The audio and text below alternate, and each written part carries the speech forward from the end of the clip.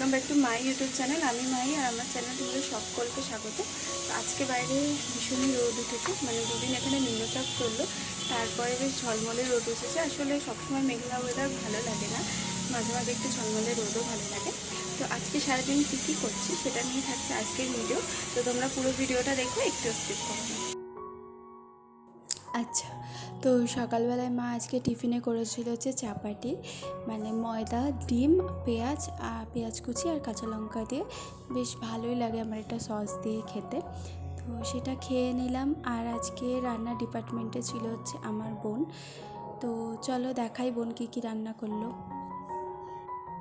তোমাদের দেখাই আজকে কী কী রান্না হলো। আর আজকে সব রান্না বোন করেছে। আচ্ছা, বোন রান্না করেছিল হচ্ছে ডাল, ডিমের কারি, আলুর চোখা, আলু ঢ্যাঁড়স ভাজা, আর এদিকে একটা করলা চচ্চড়ি আর ডাঁটা সর্ষে দিয়েছিল হচ্ছে আমার জেঠু।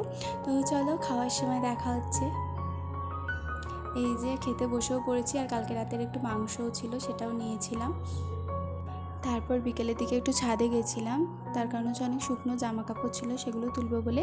আর এই বাড়িতে থাকলে আমি সাধারণত বিকেলের টাইমে ছাদেই থাকি।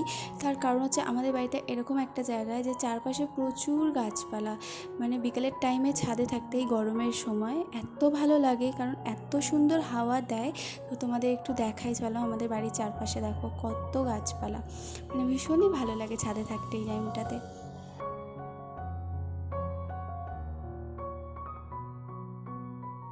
আচ্ছা, তারপর সন্ধ্যেবেলার দিকে বাবা একটু আলুর চপ, পেঁয়াজি আর সিঙ্গারা এনেছিল, তো সেটাই খেলাম মুড়ি দিয়ে, তার সাথে লিকার চা দিয়ে।